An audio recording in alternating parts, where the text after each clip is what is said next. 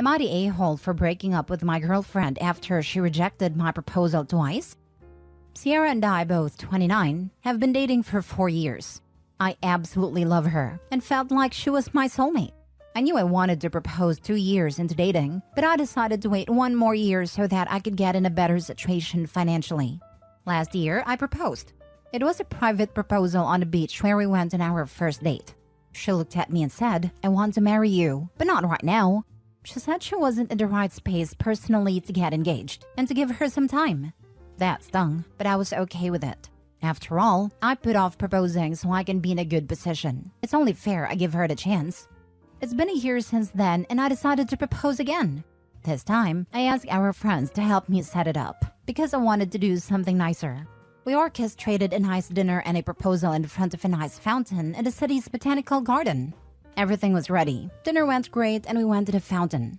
She saw the roses and everything, and then I got down on one knee and asked her to marry me. She teared up and told me, "Not just yet." That stung really bad.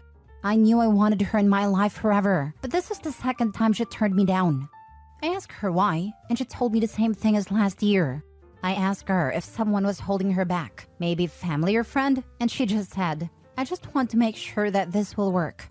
This hurt me more than the 2 rejections. So I told her if after 4 years she isn't sure, then what the heck will make her sure? She asked me to give her time, and I told her no. I told her that I'm not gonna keep wasting my time and love if she's gonna keep saying no. I told her that I can't do this anymore. She began begging me not to leave and said, "Fine, I'll marry you, just please don't go." That made me mad, but I didn't say anything and just left. My phone has been blowing up with some of our friends, her parents and her, telling me that I'm an a-hole for throwing away a 4-year relationship because she said no, and that I was being a big baby. She just needs some time. The other half of our friends aren't on my side, but they're not on hers either. I don't think I'm an a-hole for this. Did I overreact? Am I an a-hole? If so, how much more time am I supposed to give her? Edit. We had discussed marriage shortly before I proposed the first time. She was into it, and even told me that she couldn't see herself with anyone else. She seemed eager about the idea of marriage. This is why I was shocked the first time, and then angry at a second time. Now for the top comment. Not the a-hole. 4 years is plenty of time. You are perfectly right to move on.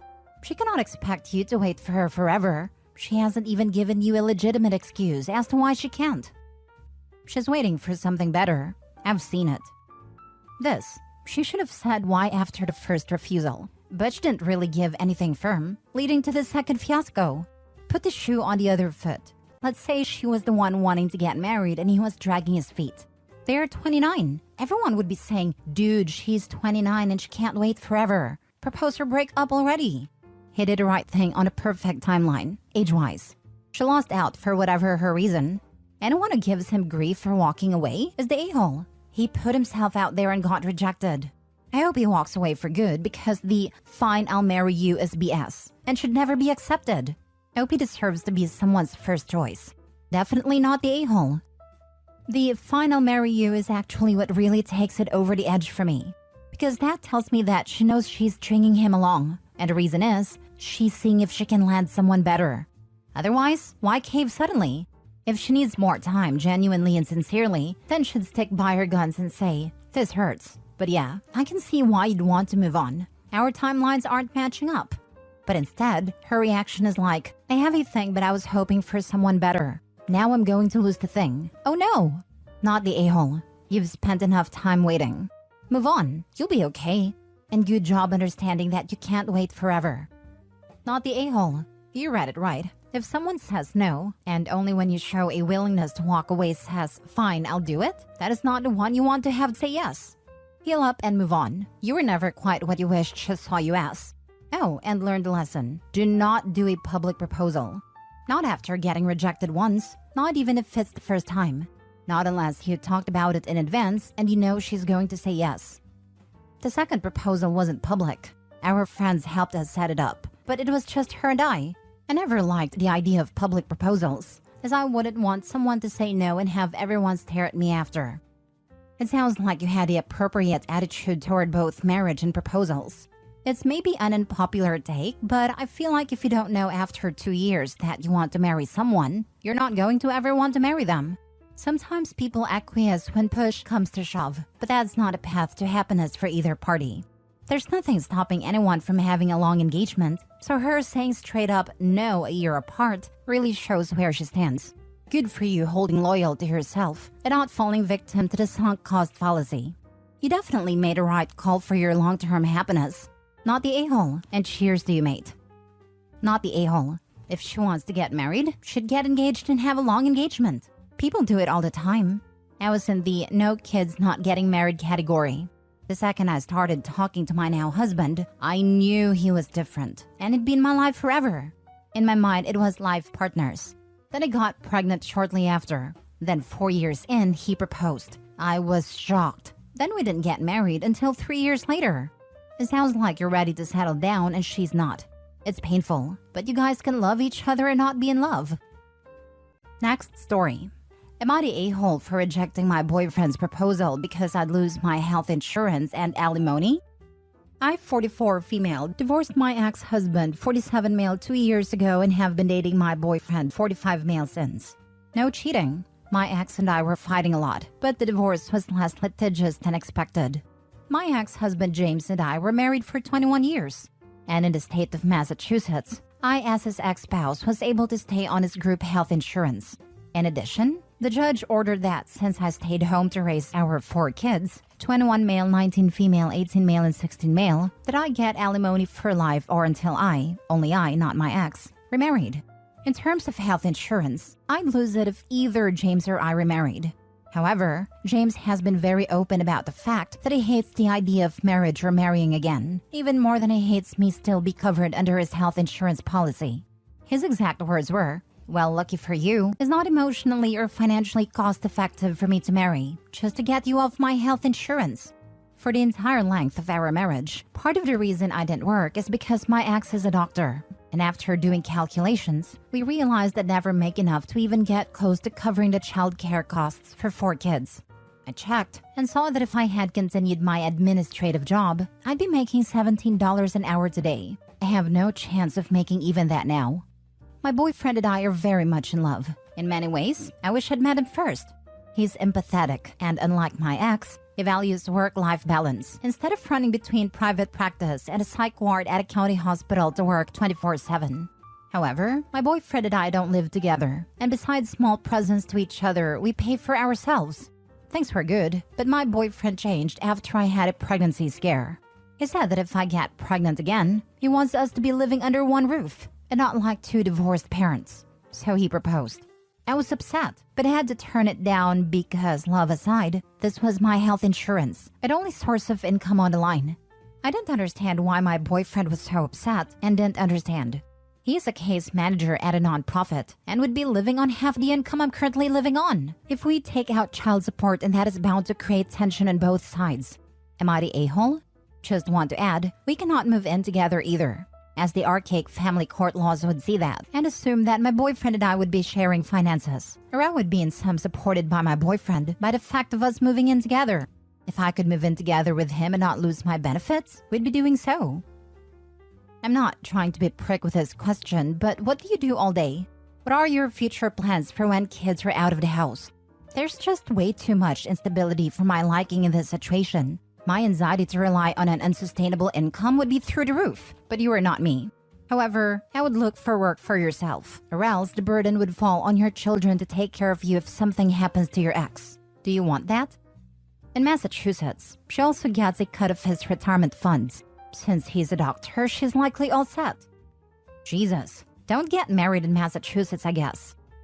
Best way to avoid a divorce is not getting married. You better use that health insurance to get your tubes tied. Another baby is the last thing you need, especially at 44 plus. Mid-40s with 4 kids. Be done with it already. My mom was an older mom, 48 at a time. I've been raising my sister since she was 5. Her mother and father have both passed away. I buried my dad when he was 72 and I was 26. It wasn't enough time, and it's missed so much of my life and kids. Mom is now 90 and has been dealing with dementia for 10 years. Why haven't you started working, even though you're getting alimony? You could be working towards more independence, but rather be a cake eater in this situation. You're about to lose this dude, as you have shown him which you value more. Because she's getting a free check and health insurance, something millions of Americans struggle with. All these "you don't need a piece of paper to be in love" comments are ridiculous, and would switch their tone if it came down to simply not believing in marriage versus getting a free ride after the kids are raised and out of the house. She is 100% without a doubt the a-hole here. She dislikes the lack of work-life balance her ex-husband demonstrates, but enjoys the lifestyle it allows her to enjoy, to the point of rejecting a marriage proposal from her great love. A bit of cognitive dissonance there. I ain't saying but she ain't married to no slacker. Last story. Am I the a-hole for telling my friend that being settled for isn't the worst thing in the world? My friend Anna and I were talking about her dating life. Anna is an incredibly beautiful woman, and she could have her pick of men. She broke up with her boyfriend because she was out of his league and he knew it. He would act in insecure ways. Anna stated that she didn't want to settle for someone less than the best. She asked me why would anyone settle, and brought up my marriage as a positive example of love. I told her that my husband settled for me, and he wasn't attracted to me, and we still had a happy marriage. Being settled for isn't the worst thing in the world. My husband Alan and I are happily married high school sweethearts. He was heavily bullied in middle and high school. When I moved into his hometown in sophomore year, I stood up for him. By the end of senior year, he had friends and he asked me to prom. 10 years later, we are happily married. However, I know that my husband doesn't find me attractive. I'm naturally taller and more muscular than the average woman. It's a huge insecurity of mine. A year after we married, my husband drunkenly confessed that he didn't find me attractive, that he prefers petite women with delicate facial features. But he was grateful for what I did and felt obligated to thank me, which is why he asked me out to prom, why we dated through college, why he proposed. He still loved me very much, but wasn't attracted to me. The next morning he was hungover and had forgotten his confession. He doesn't drink much because he doesn't have a filter and tells the unvarnished truth. I felt crushed, but our marriage was very good otherwise. I never told him what he said that night. He was a great husband, and I don't think most men are attracted to the way I look anyways. I explained this all to Anna, and she was grateful for the advice. That night, Alan started crying. He was crying silently, but I woke up. I hugged him and asked what was wrong, and he admitted he overheard our conversation. I didn't expect him to overhear since I was in the basement, but he heard his name and decided to listen in. I apologized for hurting his feelings, but it just made him sob harder. I don't know what I did wrong / if I did anything wrong. Am I the a-hole? Edit. I wasn't advising Anna to settle. She would never be happy settling for someone. I just told her that settling isn't the worst thing in the world, and my marriage is one of settlement. My husband settled for me and we're happy. My advice was to stay true to herself and her beliefs. If she's not happy, then the relationship can't move forward. Now for the comments. Not the a-hole, but you need to talk to your husband about this. Either he is really struggling with guilt about his confession, or is really triggering with unhappiness in this relationship. And either way, you two need to talk about it. Also, Hugh, you are a saint for dealing with that confession so gracefully. I have tried to talk to him about what he overheard. He has just started crying, sometimes even sobbing, and I just comforted him. I didn't want to hurt him more, so I've left the topic alone for now until he can tell me how he feels. I don't think he's unhappy in our relationship, but you never know. I wish I was a saint. It would probably hurt less, but I love my husband and didn't want to hurt him by bringing up his confession ever. I don't think you are the a-hole in this. Absolutely not in any way. But I am curious if your husband ended up talking to you about it? No, we haven't really gotten around to it. He's been down for the past few days, and any time I've tried to gently prod him, he started crying and I comforted him. I've decided to leave it alone until he feels comfortable to talk, but I feel guilty in case I did something wrong to hurt him that deeply. You didn't do anything wrong. You've handled this much more kindly and gracefully than is reasonable to expect from anyone.